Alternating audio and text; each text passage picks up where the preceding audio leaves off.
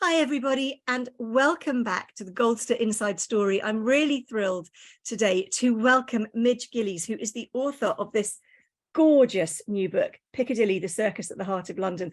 And I'm loving it. I haven't completely finished reading it, but I'm absolutely loving it. It is beautifully written, has such a great story. And Midge, welcome. Tell us, what was it about Piccadilly that fascinated you? Well, hello, and it's very nice to be here. Thank you very much for inviting me. Well, I think it was probably something that had always been in my psyche. So my mum was from Balham, and she used to talk very kind of wistfully about going to Piccadilly Circus, and particularly going to the Lions corner house and tea shop with her sister. And it seemed like it was this kind of magical world, and they go in and be served by a better class of waitress, as my mum always said. They'd have just lovely times, and it would be affordable, and they'd have confidences. And then I used to go up to, when I was living and working in London, I would always kind of make a beeline for Piccadilly Circus because it felt like it was the kind of hub of London. And I think it's an interesting place because of where it sits geographically, because it's kind of on the edge of so many different parts of London. So if you think about it, you've got shopping. If you head up to Oxford Circus, then going further northeast, you've got Soho, which has, traditionally had quite a kind of sleazy reputation. And then going around the clock, as it were, you've got Parliament, you've got Trafalgar Square with demonstrations, then Piccadilly itself, which was kind of way out of my league because it's kind of posh clubs and that kind of thing.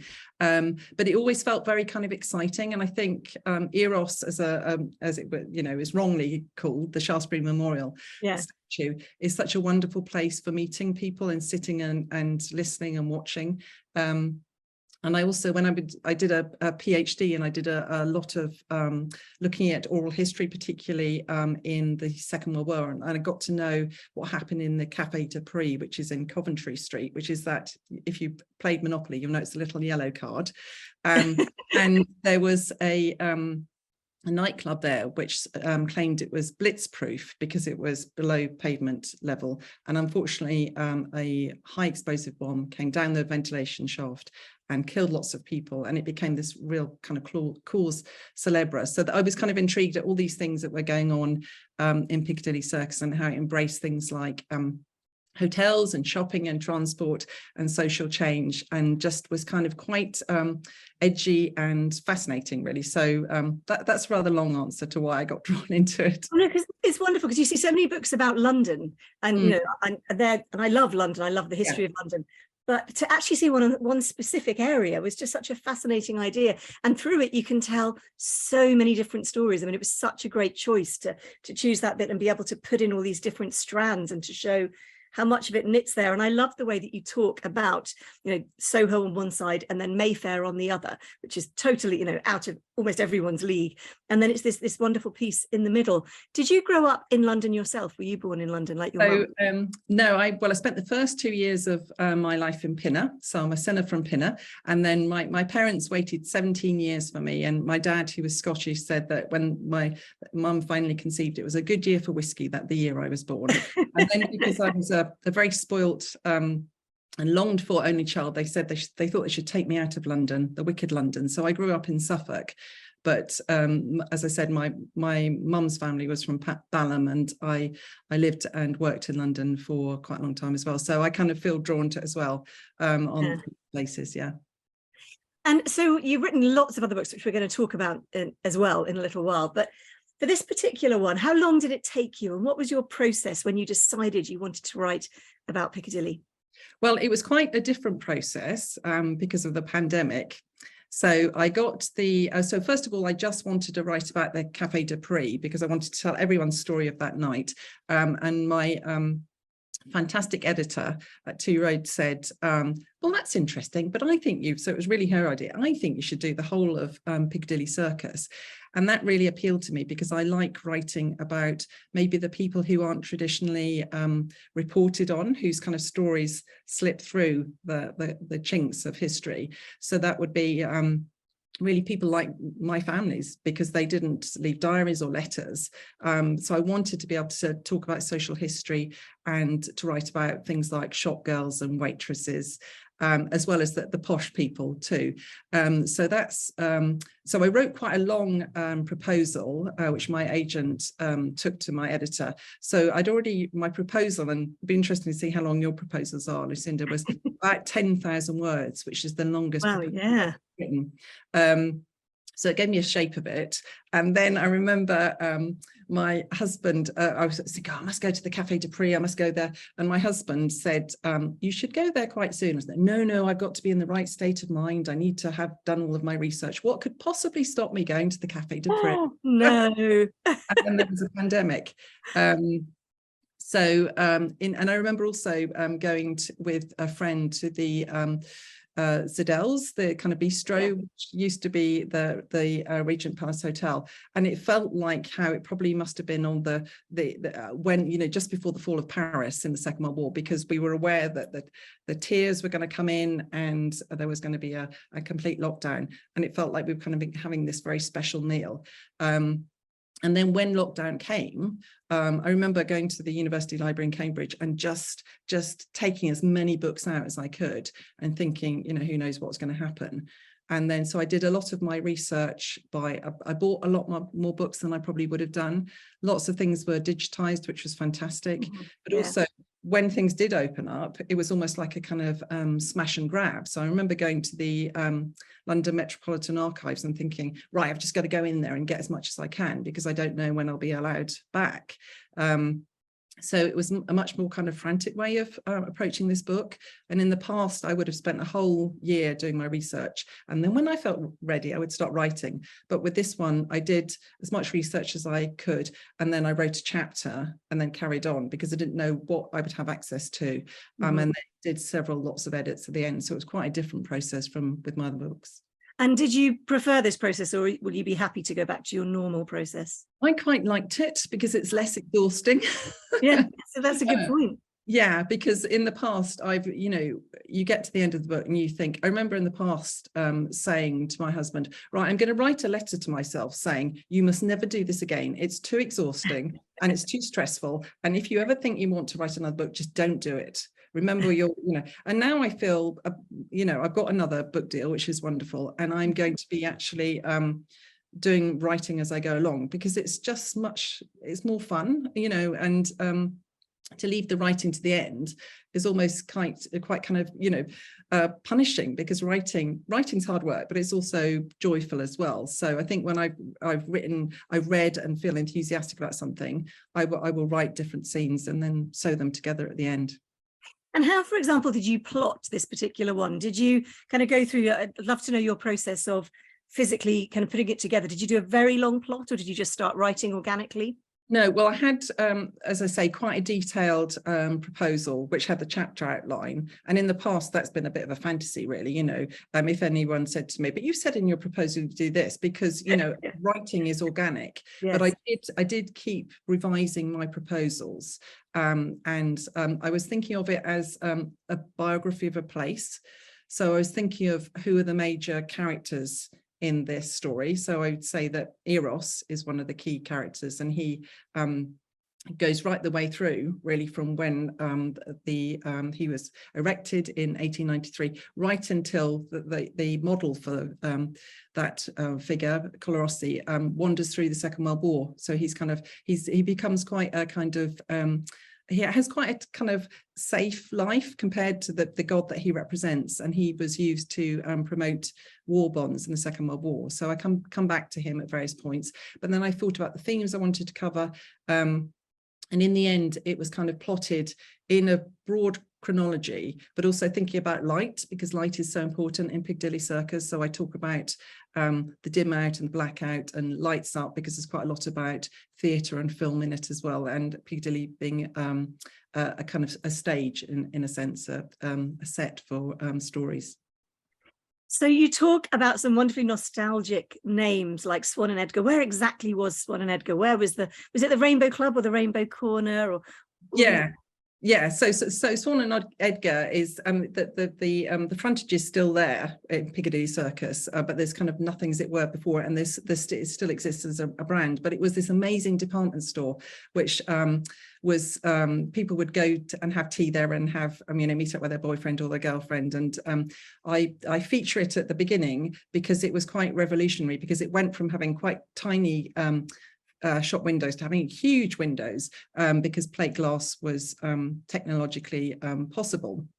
And there was a character called Frozo, who was like a living statue that we often see in Leicester Square. Now, there's people who stand for ages and pretend to be different people. And so this character was in the shop window of Swan and Edgar, and he didn't move. And people couldn't work out if he was an automaton or a doll or a person. And there was a reward to try and make him move, because he's very good at being still. And there were huge crowds appeared, and they had to close the window because they thought they were going to smash it. And meanwhile, he kind of snuck out and got the bus home. So he was an interesting character.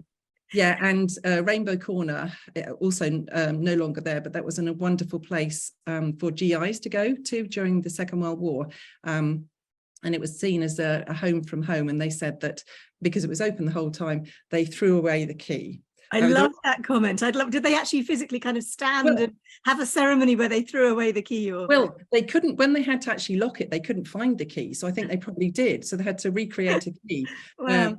And for that, there was some wonderful stuff. And I got to speak to Petula Clark, who performed there as a very young girl, and kind of reminded the GIs of their family at home. And that was just absolutely thrilling to speak to her. What did she say? It must have been fascinating. Oh, yeah, no, she was amazing. And she just said, well, it still is the centre of London. And at the time, just before lockdown, she was appearing in Mary Poppins, and she said every time she walks through there, she thinks about the war and about the sandbags, and how she was there again as a very young girl performing the Criterion, but below ground, and how she was kind of holding things together because other children were really kind of, really disturbed when there was a loud bang, as you would be in the Second War.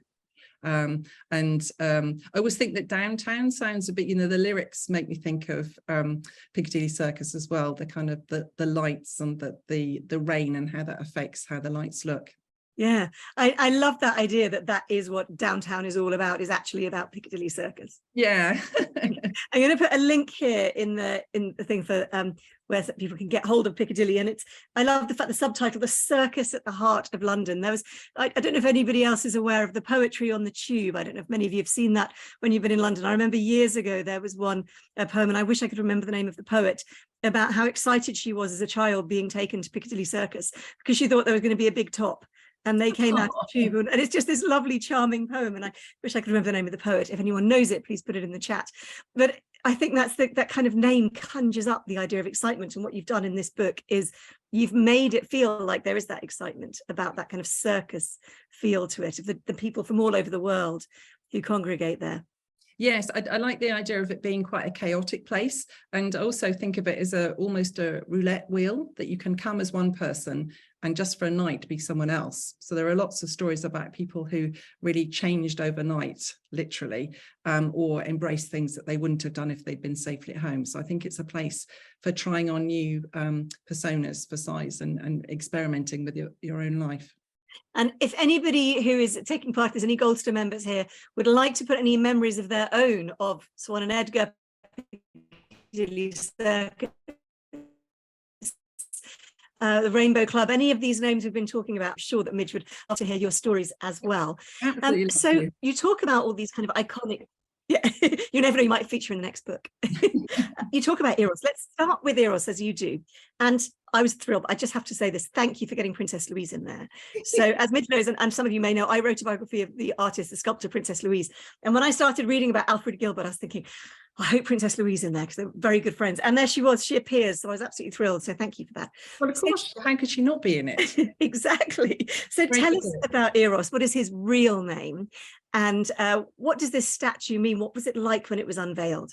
So it's as you know, it's well, the sculptor Alfred Gilbert said it was anteros, so it was his brother, and who symbolizes selfless love, which is quite different. And at the time when the statue was unveiled, it was claimed that it was the only aluminium statue in the world, and I do think it's a beautiful thing. But people were quite baffled by it. They didn't know whether it was Cupid or Eros or Mercury. And because of where the statue is, and at the time it had a reputation as a gay haunt, a place for, as the term was, prostitutes to arrive there as well. So it was seen as maybe a slightly dodgy god to choose, and a statue to choose if you're going to be remembering Lord Shaftesbury. Who I was taught about at school as someone who was a social reformer and stopped children being sent up chimneys in kind of shorthand. So there was already this kind of tension between what did this statue symbolize, and was it, you know, in keeping with the area, which had a slightly, you know, awkward reputation. And originally it was planned to be at Cambridge Circus, so at the other end of Shaftesbury Avenue, which would have been, I think, quite different. And yeah. Gilbert was quite moaned a bit about how it wasn't the ideal place to have a statue, and you know, there were other things like the men's toilets which he had to think of, and it was quite a troubling, from the start, a troubling commission. And he thought that he was going to be given melted down metal for the base of the statue, then had to pay for that himself and got into terrible debt. And he was, you know, he was a typical kind of cliched artist, then he was a real perfectionist. So he got into awful debt and would ask for commissions back because he didn't think they were good enough. And in the end, he fled to Bruges and had quite a sad life, and had to resign from the Royal Academy. And then his reputation was kind of somewhat rejuvenated later in his life. So I think he's a really interesting character, and he's involved in lots of kind of royal scandals as well. Yes, absolutely.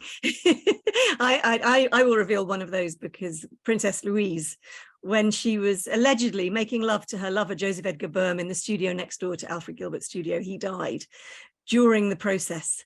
And Alfred Gilbert this is one version of the story that has many versions. Alfred Gilbert became her confidant and helped her when she had to kind of come up with a story. And so Alfred Gilbert really took the fall, and they became very good friends. In fact, she gave him her sculpting studio in the grounds of Kensington Palace when he was bankrupt to work in. But this was the naughty 90s when Eros or anti-Eros was put up. We tend to look back and think, well, everybody felt that way. But of course, this was still the Victorian age. Oh, yes. That kind of this gorgeous, naked young man at the top of this statue must have still caused a real controversy, as you say. What was the reason that Gilbert himself decided to do that particular style, that particular pose, to use Colarossi as his model? Well, I think he was someone who always liked to experiment with different materials, and he was well known as someone who could make a material look as though it was living and breathing and moving. And I mean, he kind of veered off from his brief, so I'm not sure why he ended up where he did.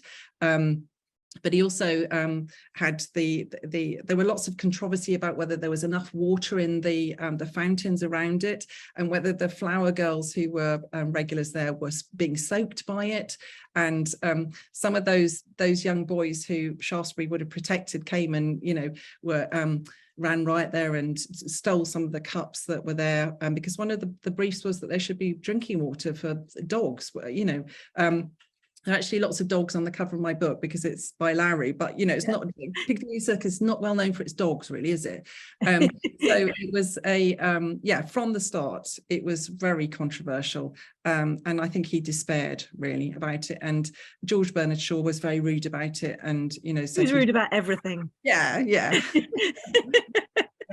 But I mean, I can't imagine it, Piccadilly Circus without Eros now, and it's probably one of the most famous statues in the world, I would think. And people, you know, when they first come to London, make a beeline for it. And it's, you know, and I remember when I was doing the research, it was when England was playing Scotland in the football, and I had to go and look at Eros. And sure enough, there was a Scottish fan trying to get to the top of Eros, because that was what used to happen. People would actually get on top of him. And, you know, that's why he had to be taken down and repaired several times. And it's quite high up. Yeah. And this Scottish fan just touched his foot and then came down about very carefully. So is it a kind of good luck thing to touch Eros's foot? Well, I think it's more kind of, they were normally fans are, you know, quite inebriated. So it's more that you need to get to the top, and it may be something to do with, you know, Scotland being at the top, even if they haven't won the football match. I don't know. I'm half Scottish, so I'm a bit biased on that. We've got a couple of comments that have come in here. One says, I used to work in Haymarket and the Ritz. Ooh, very swish. I loved the vibrancy of the area. And another says, I worked in Old Bond Street and later Swallow Street off Piccadilly in the 1970s. Spent all my lunchtimes in Piccadilly Circus, especially in Swan and Edgar.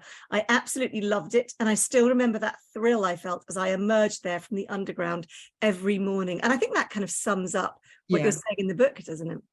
Absolutely. And I still feel that thrill when I come up from the tube, because I think Piccadilly Circus works on so many different levels, because the tube itself is absolutely beautiful and has retained many of the original features. And then you come up and it's still so bright. You know, it's always been one step ahead of technology, so that the digital screen is really bright. And then you've got amazing architecture, lots of different architecture. So you look at it and you see it at different levels. So I still had to stop myself going, oh, you know, feeling like a real country bumpkin when I go there.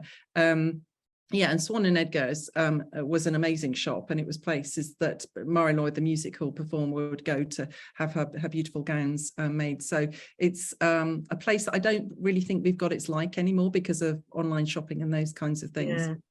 Yeah, definitely. Would you mind doing a little reading from the beginning about your own experience? Sure. So this is right at the start. Trying to position this so I'm not blocking my voice. And it's really explaining why I was taken by Piccadilly Circus. I remember the first time I visited Piccadilly Circus. It was the 1970s, and my mother and I took the train from Suffolk to buy the hockey boots I needed as I made the transition to secondary school. For my mother, the only possible shop to buy them from was Lillywhites. It wasn't that sports shops didn't exist in East Anglia, rather that going to that particular store represented a rite of passage for her. She spoke wistfully of Lyons tea shop and corner houses, and told me how she used to visit them in her Sunday best with her beloved only sister, after whom I was named. Here they would exchange wartime confidences behind steamed up windows, or assess a new boyfriend, while a better class of waitress, the Nippy, hovered nearby, always on the move and careful not to show that she had heard everything that had been said. Once I started to go to the capital alone, and eventually to live there, I collected my own Piccadilly memories. It was the obvious place to meet friends before we went to see a film, or ventured into Soho's alleyways to find somewhere to eat or drink. As I emerged from the depths of the tube station, with its elegant columns and shiny floors, to the brilliance of Piccadilly Circus's shop windows and glowing adverts, I had to make a conscious effort to compose my face, to resist the impulse to ooh and ah. I've never lost that feeling of wonder. Piccadilly Circus is the ideal meeting place because it has turned gatherings into an art form. The constant comings and goings offer rich pickings for anyone who enjoys people watching, and its position at the confluence of so many distinct areas means you're just as likely to rub shoulders with an actor as you are with a sex worker, that you'll be in a sea of tourists, but also in the midst of people who view themselves as quintessential Londoners. You'll pass chambermaids on the way to turn back the covers on luxury beds, and guests ready to dive into them. Shop assistants on their lunch break, and shoppers hell-bent on spending. The area was a 24/7 sort of place, long before that term existed. Decades ahead of round-the-clock news, it was thrilling to know that you could buy the next day's paper from a vendor who would cut the string holding the bundle of newspapers together with a knife used solely for that purpose before he handed you tomorrow's headlines. I always found it reassuring too, that if the bright lights had given you a headache, Boots the chemist was there for out-of-hours pain relief. Even the birds, who continued to chirp as you approached Leicester Square after dark from Coventry Street, recognise that they have entered a world where normal rules don't apply. When I worked in a magazine office in nearby Soho, Piccadilly Circus acted as a bridge between that sleazy part of London and the Mayfair that I knew was out of my league socially. It was a liminal space where anything went, and where, for a night at least, you could be someone else. I remember eating in a new restaurant near Piccadilly Circus with a friend from work. There was something different about the venue, but we couldn't quite put our finger on it. It wasn't until the main course arrived that we realised that we were the only diners not in drag. We were underdressed, but welcomed. It didn't seem at all surprising that, when we searched for the restaurant a few weeks later, it had vanished into thin air. I think that encapsulates it so beautifully. And I love the way you write this first bit, you know, directly talking about your own experiences to the reader and then go into the history of it. And I'm sure that for me, that made me nostalgic. I remember coming up when I was little, when we didn't live in London, coming up with my mum and going to John Lewis. That would be that kind of Lily White's type experience. And those memories that you have from your childhood are so, you know, incredible, of, you know, that going to London or to going to any new place. Well, you know, I love the way you managed to convey that. Thank you. Well, it was funny because my daughter's now a student in London, and we went to see something at the Criterion Theatre, and she just dyed her hair pink. And someone came bounding up to her, some young woman. I thought, oh, she's going to ask for money, you know, because that happens so often in London. Yeah. And this woman said, I love your hair, it's fantastic. And then just breathed off. And that kind of summed up Piccadilly Circus, because it was that kind of chance encounter, and it was just so nice. Yeah.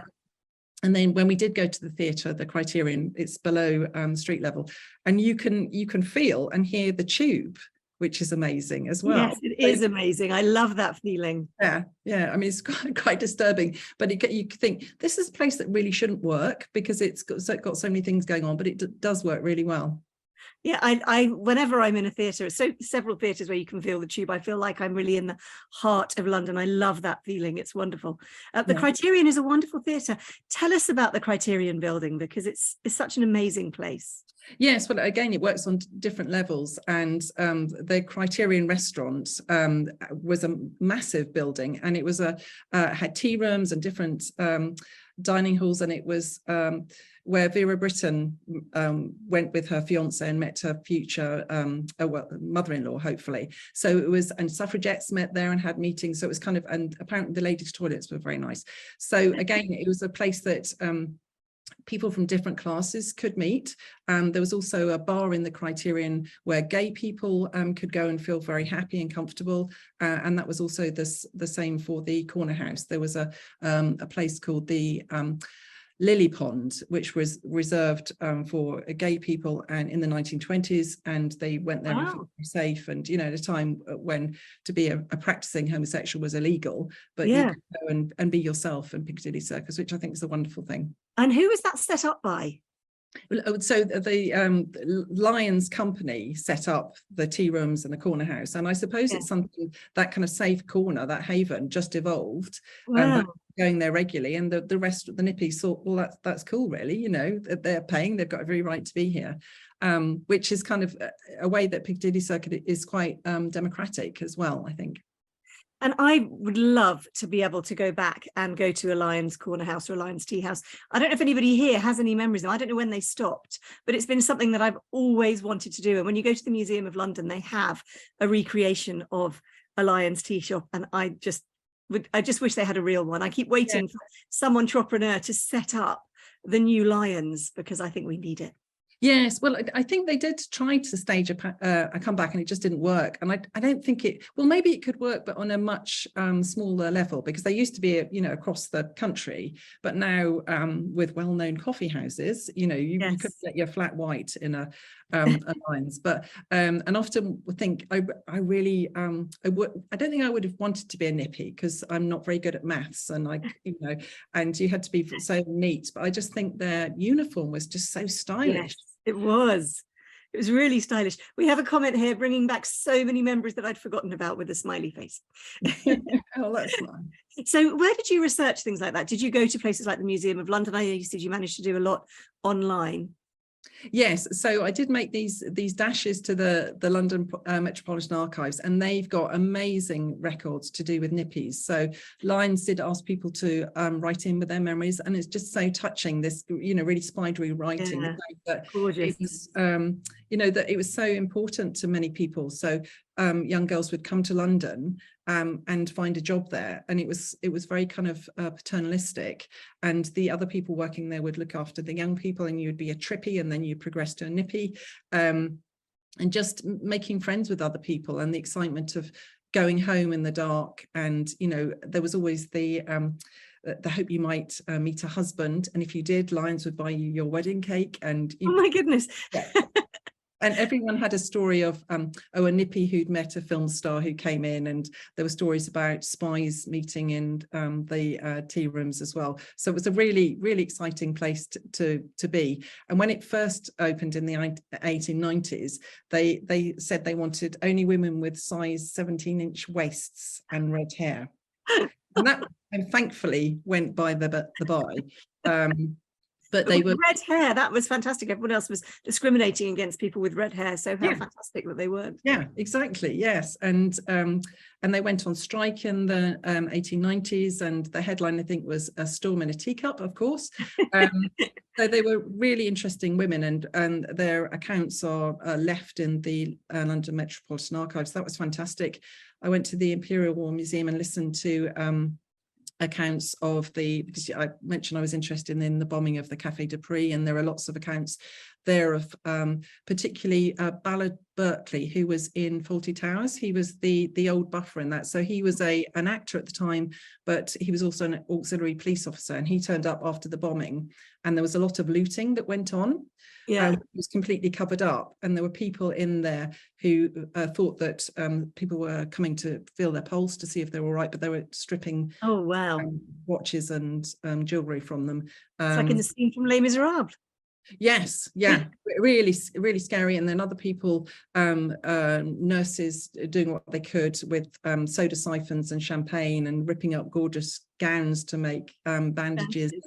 But a very odd kind of setting, because of the nature of the bomb. It looked as though some people were completely unscathed, so they might be sitting there with a champagne bottle, but they were dead. And other people who had chosen that moment to powder their nose or make a phone call, and they escaped. So, you know, there were lots of stories ever after about people saying, I was going to go to the Café de Paris that night, but something made me think not to. So I love the idea of kind of it being a moment of chance and hubris as well. The fact that, you know, claimed it was blitzproof. So listening to those accounts and reading accounts was wonderful. Yes, just taking everything where I could, really. The National Archives I managed to get to, so there are lots of accounts there of who was on the scene then, and all the sources you would normally consult in a book of this nature. So we've got a few comments here. I used to visit an old lady who worked at Swan and Edgar during the war, serving in the restaurant. She and her friends would enjoy going to tea dances with off-duty soldiers. Oh, that must have been fantastic. I love that. It's kind of oral history. It's wonderful. Yeah. Another comment here, the Criterion Theatre is absolutely beautiful, a whole new world underground. Yes, it definitely is. And another comment here, I went on a school trip in 1964 to London, which included a lunch in a Lions Corner house. It was wonderful. We all felt very posh at the time. Oh, I'm envious. I've always wanted to go to one. Keep hoping that one day they'll be set up. Yeah. Now we've talked a lot about Piccadilly, which is this gorgeous new book here. Available, I put a link in, available from all good bookshops and online and on Kindle, and however you choose your books. But you've written several other books as well. So you've written 2 biographies, for example. You've written Marie Lloyd and Amy Johnson. Tell us a little bit about these 2 fascinating women. Yes, so I have a pile of them here. So this is Marie Lloyd. So she was a very interesting woman, and actually this year is the so she died in 1922. So last year was the centenary of her death. So I went to this amazing memorial service in Hampstead by the British Musical Society, and it was just amazing. So she was this incredible woman who sang quite kind of risque songs, but you could look at the lyrics and think they're very tame, but she could make anything sound absolutely filthy, and you know, employ a wink to great effect. She married 3 times. She toured America, Australia, South Africa. And when she died very young, actually, well, 52, she collapsed on stage and didn't recover from that coma. Around 100,000 people came to her funeral. And there was one woman who walked from Newmarket in Suffolk to be there in Hampstead. So she was kind of, people really related to her and thought she was this very warm person. She was very charismatic. She died with very little money because she gave it all away. Her final husband was a champion jockey. He was about 17 years younger than her. She was banned from the first Royal Command performance because of her risque nature, and unfortunately 2 of her husbands, well, she was the victim of domestic abuse. So a very interesting woman.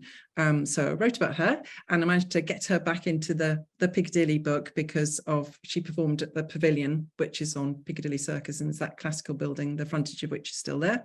And she got her gowns from Swan and Edgar. And then Amy Johnson, have I got her hair? Yes. So I wrote that about her. She was known as the typist from Hull, and she was the first woman to fly solo from England to Australia in 1930.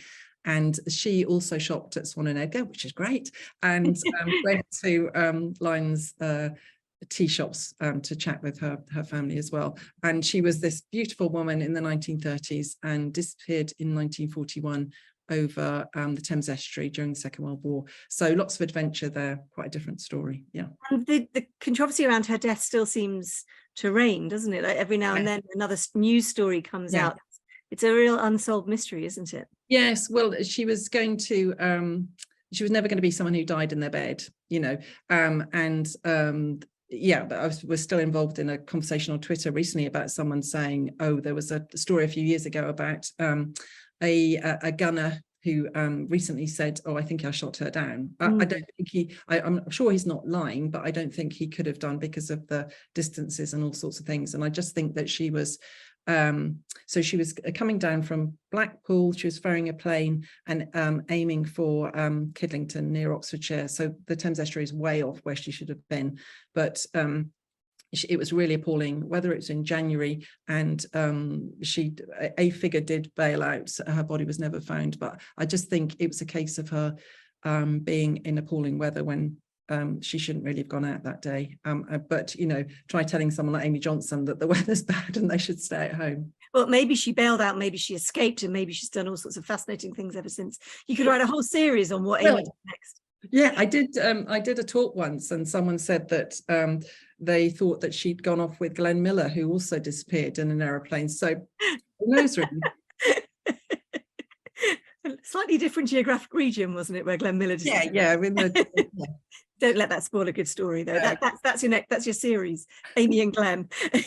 So we've got a comment here. There's a beautiful statue of Amy Johnson on the Herne Bay seafront. You're nodding, you obviously. There certainly is. There's a beautiful statue there. And one of my ambitions is at some stage to go down there with my dog and take a picture of, because lots of people take a picture of and so it looks like Amy's holding the dog's lead. So I think that's something I should do, perhaps this year. So you've written some really wonderful books about women who've been kind of forgotten before. So we've got Army Wives from Crimea to Afghanistan, the real lives of the women behind the men in uniform, and Waiting for Hitler, Voices from Britain on the Brink of Invasion. Tell us about those two, and what there's obviously a real interest there in wartime history and so this is Waiting for Hitler, and it's really about that period in 1940. If you think of the beginning of Dad's Army, where the arrows are just across the channel and it's about to happen. And when I was writing about Amy Johnson, I was reading her letters, and she was talking about the fall of France and saying, I can't believe we're on the point of invasion. And I'd never really realized how close things were. And it made me think, it was also when Baghdad was invaded, and I live in a part of the world where you can hear planes going over from where the American air bases were, and I thought it must have been so awful to think that you're about to be overrun by Nazis. And a friend of mine said her mother had got enough poison in to kill her family because she didn't want them to live in a country run by Nazis. So I wanted to try and recreate that period. So I did a lot of reading of the mass observation diaries. Wonderful. Yeah, it was great because Norfolk at that point was kind of on the front line, because they were expecting, as the Nazis swept through Europe, that the invasion might come from there and from the south coast, and how the landscape of the country changed as you couldn't go to the seaside. There was pillboxes everywhere. Golf courses were dug up because they were perfect landing places. There were lots of great rumours about nuns being spies and parachutists about to arrive, and there was a complete rumor about the nun with the hairy arm. So there'd be lots of stories of Noel Stretfield, who wrote Ballet Shoes, said that she'd heard this rumor that someone had been on the bus with a nun, and they had reached out to offer their ticket and had a very hairy arm. So we're obviously a Nazi in disguise. A Nazi spy. Yeah. That's a story that I think even when I was little used to still be talked about, or the hitchhiker with the hairy arm who's supposed to be an elderly woman, and something that's always used to terrify people. Yes, and also the kind of sad way of how enemy aliens, as they were known, were interned, and they often were people who had escaped Nazi Germany and were genuinely anti-Nazi. So a very kind of troubling time. And very interesting to write about a short period in time. So at the fall of the Low Countries, so in spring of 1940, and then the start of the Blitz in the autumn of that year. So when it became and the tide and the weather changed, and so an invasion was less likely. So I like writing about periods that have a kind of an inbuilt drama in their story. Yeah, and the Army Wives. Yes. One. I mean, that's because that spans when you say Afghanistan, you mean Afghanistan today. So that's a really fascinating broad scope of history. Yeah, and I found that really interesting, because before that, the book I'd done before was about prisoners of war. Yes. So this one, because my father was a prisoner of war, and it's a book about what people did in a creative sense, in a kind of counterintuitive way. So it's about people who learnt to new skills. So I managed to speak to Clive Dunn, because he had been a POW, and again, he's one of my absolute heroes. And he had quite a tough time, but managed to act. And he said that when he was out working in horrible conditions, he then used that anger when he would portray his character in Dad's Army, the kind of, pent up anger from how he'd felt as a POW. So that book was about people who learned to draw or paint, or took up acting careers, took exams, made incredible medical advances when they were in camps, which is something that I didn't know much about at all before I did the book. And Army Wives, again, I found really interesting. And perhaps, so I enjoyed writing about things like the Crimea, but I also enjoyed writing about what it's like to be an Army wife now. And I thought it was very interesting to think about how we communicate, because now we've obviously got instant communication through FaceTime and what we're doing now, but actually that can be really difficult, because if you're writing a letter, you're quite circumspect about what you say, but now it's instant. So you might talk to your loved one and say, I'm really struggling with my son's homework, or your mother-in-law's really annoying me, or the washing machine is broken. You probably wouldn't put much of that in a letter. And then the person at the other end is helpless to do anything about it. So it's quite stressful. Yeah. With something like Facebook, the person who's away from home can see that you claim you're missing them, but actually he can see, or she can see, that you've been out at a nightclub or having a great time. So I think it's really interesting how communication changes, and perhaps isn't always for the best. Yeah. Oh, this has all been so fascinating. I'm going to finish by talking to you about the place that we met, which is the Institute of Continuing Education at Cambridge University. I'm going to tell us a little bit about that and your role there, because you also teach. Yes, I do. So I've taught there for over 20 years, which is really scary. And all the courses are part-time. And I love it because we have a range of students. So my ideal classroom, and Lucinda, I think you probably feel the same, is where you've got maybe someone who's just left university, someone who's working, someone who's in their 80s or even 90s, and to have the discussions and the life experiences in that room. There's just nothing like it, really. So absolutely brilliant to have that wide range and geographic range now as well. Yeah, Yeah, so the certificates and the diplomas are online. So we do have people around the world, which is just amazing as well. We offer a master's in creative writing, which is again part-time, and is you physically come to Madingley Hall, and we have a master's in writing performance too as well. So it's really grown dramatically, and our alumni include people like Sarah Collins, who wrote the Confessions of Franny Langton, and that grew out of her dissertation on the masters. Yeah, and it's just a really exciting place to be. So and Madingley Hall is a beautiful place as you finally know, because you got I finally know, yes. Midge first commissioned me to start working there in 2019. I was meant to be starting in 2020. So guess what? It wasn't at Madingley. It was all online, and I finally got the chance last year to go to Hall, and what a beautiful place. So yes, definitely recommend it. If you're near Cambridge, go and see this gorgeous place. Thank you, Midge. It has been an absolute joy having you here today. And everybody, here it is, Piccadilly, the Circus at the Heart of London. Wonderful book. I really recommend it. Very, very easy to read and fun to read. And it will bring back, as people have said in their comments, lots of nostalgia. Well, thank you for having me, Lucinda. I've had a great time. Good. Come back to Goldster when your next book comes out. I'd love to.